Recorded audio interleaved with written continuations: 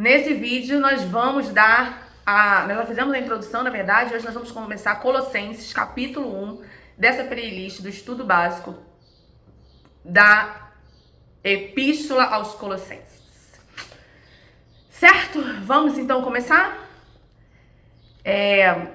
Vamos dar uma introdução primeiro? Então, Colossenses 1, que é o que a gente vai falar hoje, é uma poderosa declaração da supremacia de Cristo.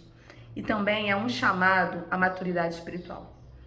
O capítulo 1 de Colossenses, ele se inicia com uma saudação de Paulo e Timóteo aos crentes em Colosso, seguida por uma expressão de gratidão a Deus pela fé e a esperança deles.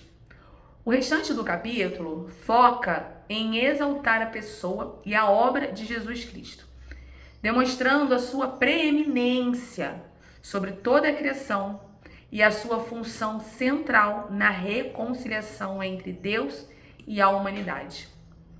Você sabe o que é preeminência? Eu vou te falar.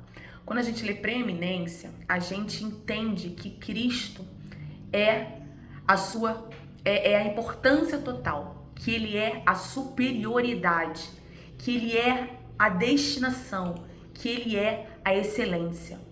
Então, capítulo 1 foca nisso, demonstrando a importância, demonstrando o que Cristo é tudo na nossa vida, né? Que foi ele que fez essa reconciliação entre Deus e a humanidade. E Paulo também, ele expressa o seu desejo de que os colossenses cresçam no conhecimento de Deus e vivam de maneira digna do Senhor. E a gente volta aqui a falar que o Evangelho, ele é dignidade de vida. Você quer ter uma vida digna? Viva a cultura do Evangelho. É assim que nós começamos, né, a ter uma vida digna nessa terra. Então, vamos agora falar sobre o contexto histórico da igreja de Colossos. Então, a igreja em Colossos era composta principalmente por gentios. A epístola, ela foi escrita durante a prisão de Paulo, como a gente já sabe, provavelmente em Roma, que ele estava lá por volta de 60, 62 depois de Cristo. Havia falsos ensinos circulando na igreja, uma mistura de ideias judaicas e filosofias helenistas. E você sabe o que é uma filosofia helenista? Eu vou te falar. A filosofia helenista, ela é um conjunto de escolas e correntes filosóficas que floresceram lá durante o período do helenismo, que se iniciou lá na época de Alexandre o Grande. Esse período ele foi marcado por grandes mudanças políticas e sociais, com o declínio da polis. O que é isso? Cidade e Estado. Declínio da polis grega e a emergência de grandes impérios. Com isso, o foco dessa filosofia, da filosofia helenística, se desloca, sai das questões estritamente políticas e cosmológicas e se volta para o indivíduo e a busca por um mundo, por um modelo de vida feliz e de paz de espírito em um mundo incerto. Então, quais são as características disso? A ênfase na ética, a ênfase no individualismo, a ênfase da sistematização, enfim, e uma série de outras coisas. Então, Paulo, ele vinha combatendo, e é engraçado como a gente percebe que Paulo sempre tem combatido outras culturas que tentam entrar e ficar e permanecer e se misturar na cultura do reino. E a gente tem visto aqui que a gente precisa diferenciar isso. A cultura do reino, o Evangelho de Cristo, não precisa de nenhuma filosofia humana ou externa para completá-la, para engrossá-la, para embasá-la, ok? A filosofia, né, vamos botar isso assim, né, vamos botar aqui o cristianismo como filosofia, que não é uma filosofia, mas para a gente entender, não precisa de mais nada, ok? Então, só através do Evangelho de Cristo, dessa cultura do reino, que a gente tem uma vida perfeita nessa terra, né? Uma vida digna de se viver. Então ele vem falando que existiam esses falsos ensinos, que hoje, em 2025, também existem esses falsos ensinos. Existem os falsos profetas, e a gente tem que continuar combatendo, ok? Esses ensinos, eles ameaçavam o quê? A centralidade de Cristo, porque começavam a botar o homem como centro. E começavam também a ameaçar o quê? A suficiência da obra redentora. Isso que a gente não pode deixar ser roubado. Cristo, ele é o centro e a obra da cruz é suficiente. Qualquer coisa que tira Cristo do centro e a obra da cruz como suficiente é ensino falso. É um falso ensino. Ok? A obra redentora é o sacrifício de Jesus. O homem não está no centro. Cristo é o centro. Ok? Então a gente tem que tomar cuidado. Então hoje aqui você está aprendendo. Paulo, ele descreve para combater essas heresias e reafirmar a fé genuína em Cristo, ressaltando a sua divindade, a sua obra criadora, a sua posição como cabeça da igreja, a sua obra reconciliadora, porque a obra da cruz ela é reconciliação, ok? O objetivo era mostrar que Cristo é suficiente para a salvação e para a vida cristã. Ele é suficiente, ok? Então, a interpretação de Colossenses 1 apresenta uma visão profunda e gloriosa de Cristo, enfatizando a sua divindade, o seu senhorio e o papel central na criação e redenção. Ali entre o versículo 15 ao 20 são especialmente importantes porque eles descrevem Cristo como a imagem de Deus, o Deus invisível, como o primogênito de toda a criação. Como a gente vai achar lá em Colossenses 1,15 fala sobre isso. Isso significa que Jesus é a revelação perfeita de Deus Pai e que ele existe antes de toda a criação. Ele não é uma criatura como eu e você, ok? Cristo não é uma criatura como eu e você, mas o Criador. Paulo ele vai continuar afirmando que nele foram criadas todas as coisas. A gente acha isso lá em Colossenses 1,16 para complementar, reiterando a sua divindade e o seu poder, ok? Mais importante, o capítulo ele destaca que Cristo é o reconciliador entre Deus e a humanidade.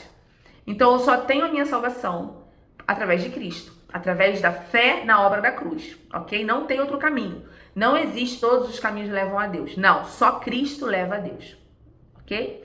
Através de seu sangue derramado na cruz, ele fez a paz e nos reconciliou com Deus. E essa reconciliação, ela é um presente da graça de Deus. Não algo que nós podemos merecer ou conquistar. Isso precisa ficar bem claro.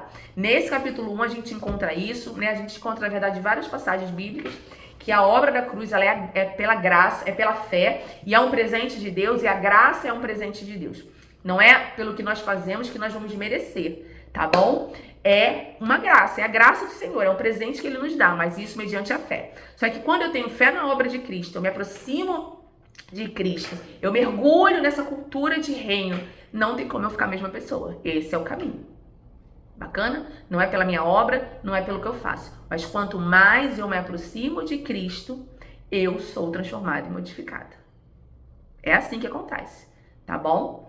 Para os cristãos contemporâneos, que somos nós, Colossenses 1 é um lembrete constante da supremacia de Cristo em todas as áreas da vida. Devemos centralizar a nossa fé e a nossa vida em Jesus, reconhecendo-o como Senhor e Salvador. Você reconhece Jesus como seu Senhor e Salvador? Hoje me fizeram essa pergunta: como que você tem a certeza da sua salvação? Eu falei da mesma maneira que eu creio em Cristo, aqui dentro. É aqui dentro. Porque a nova aliança é a circuncisão no coração. É uma marca que nós temos, que Ele fez em nós aqui dentro. Ok? Devemos centralizar a nossa fé e a nossa vida em Jesus, reconhecendo como nosso único e suficiente Salvador. Também nos lembra, o capítulo 1, da importância de crescer no conhecimento de Deus e de viver de maneira digna do Senhor, frutificando em toda boa obra. Devemos nos manter firmes nessa fé, sem nos afastarmos da esperança do Evangelho. Combinado? Então esse é um apanhado do capítulo 1 do livro de Colossenses. Nós vamos ler agora. Vamos lá, capítulo 1 do livro de Colossenses. Paulo, apóstolo de Cristo Jesus, pela vontade de Deus, e o irmão Timóteo, aos santos e fiéis irmãos em Cristo que estão em Colossos. A vocês graça e paz da parte de Deus, nosso Pai, e do nosso Senhor Jesus Cristo. Sempre agradecemos a Deus, o Pai de nosso Senhor Jesus Cristo, quando oramos por vocês, pois temos ouvido falar da fé que vocês têm em Cristo Jesus e do amor que têm por todos os santos, por causa da esperança que lhes está reservada nos céus, a respeito do qual vocês ouviram, por meio da palavra da verdade, o evangelho que chegou até vocês. Por todo o mundo este evangelho está frutificando e crescendo, como também ocorre entre vocês, desde o dia em que ouviram e entenderam a graça de Deus em toda a sua verdade.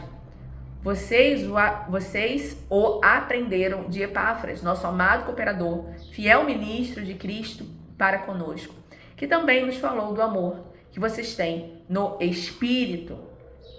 Então, Paulo ele começa essa carta aos Colossenses agradecendo a Deus, né, com um momento de ação de graças, agradecendo a Deus, porque o que ele tem ouvido falar sobre essa igreja é que essa igreja ela tem fé, ela tem amor por todos os santos, porque elas têm a revelação dessa esperança que lhe está reservada nos céus. Né? Elas permanecem frutificando, o evangelho entre eles permanece frutificando e crescendo, ok? Versículo 9, por essa razão, desde o dia em que ouvimos, não deixamos de orar por vocês e de pedir que sejam cheios do pleno conhecimento da vontade de Deus, com toda a sabedoria e entendimento espiritual. E isso para que vocês vivam de maneira digna do Senhor em tudo e em tudo possam agradá-lo, frutificando em toda boa obra, crescendo no conhecimento de Deus e sendo fortalecidos com o poder de acordo com a força da sua glória, para que tenham toda a perseverança e paciência com alegria. Então aqui, vamos continuar, dando graças ao Pai, que nos tornou dignos de participar da herança dos santos no reino da luz, pois ele nos resgatou do domínio das trevas e nos transportou para o reino do seu Filho amado, em que temos a redenção, a saber, o perdão dos pecados. Agora vamos voltar um pouquinho aqui para a gente ter uma reflexão disso. Eu falo sempre para vocês que nada na Bíblia é descartado. Nenhuma vírgula, nenhum ponto, nenhuma forma que as coisas estão colocadas e nenhuma ordem que as coisas estão colocadas. Então eu quero que vocês prestem atenção nisso aqui, que eu vou ler novamente o versículo 9. Por essa razão, desde o dia em que ouvimos, não deixamos de orar por vocês e de pedir que sejam cheios do pleno conhecimento da vontade de Deus e com toda a sabedoria e entendimento espiritual. Isso é Paulo, né, falando aos Colossenses. Então, Paulo ora para que esse povo seja cheio do pleno conhecimento da vontade de Deus, com toda a sabedoria e entendimento espiritual. Então, Paulo pede que eles sejam preenchidos, porque plenitude, pleno, está em todas as áreas. Pleno é um preenchimento completo. É 100% de preenchimento da vontade de Deus. Então, isso fala do quê? De nós buscarmos essa vontade de Deus para toda a nossa vida, para os 100% da nossa área. E ele ora por uma sabedoria, que é uma sabedoria que vem de Deus, e o entendimento espiritual das coisas que são espirituais, né? Então, Paulo entende e clama ao Senhor que esse povo seja cheio dessa plenitude. Então, se Paulo pede e clama que esse povo seja cheio dessa plenitude de Deus, e que o Senhor dê a sabedoria e o entendimento espiritual, nós também precisamos buscar isso para as nossas vidas. Ok? Porque isso é algo que a gente precisa ter em nós. E aí a gente vai ver por quê. E isso para que vocês vivam de maneira digna do Senhor, entende? Paulo fala aos Colossenses que têm orado por isso, para que eles vivam de maneira digna do Senhor e em tudo possam agradar e frutificar. Então eu só agrado ao Senhor e eu só frutifico em toda boa obra e cresço no conhecimento de Deus e sou fortalecido com todo o poder de acordo com a força da sua glória, se eu busco ser cheio do pleno conhecimento da vontade de Deus. Quando eu busco a sabedoria que vem do alto e quando eu também busco esse entendimento espiritual. Então, para que eu viva frutificando, para que eu cresça, para que eu viva agradando ao Senhor e para que eu viva de maneira digna, eu preciso buscar isso. Vocês conseguem entender que existe um caminho que a gente precisa seguir? Existe um caminho que a gente precisa trilhar para que a gente viva aquilo que a Bíblia fala que a gente precisa viver? A maneira que a gente vai viver? Ou o que nos espera se nós... se a gente venha decidir, se a gente decida trilhar aquele caminho, a gente vai chegar naquele lugar. Se eu trilhar esse caminho de buscar o conhecimento completo da vontade dele, se eu busco um caminho de buscar a sabedoria que vem do Senhor, se eu busco o caminho do entendimento espiritual, eu tenho uma recompensa no final desse percurso. E essa recompensa é o quê?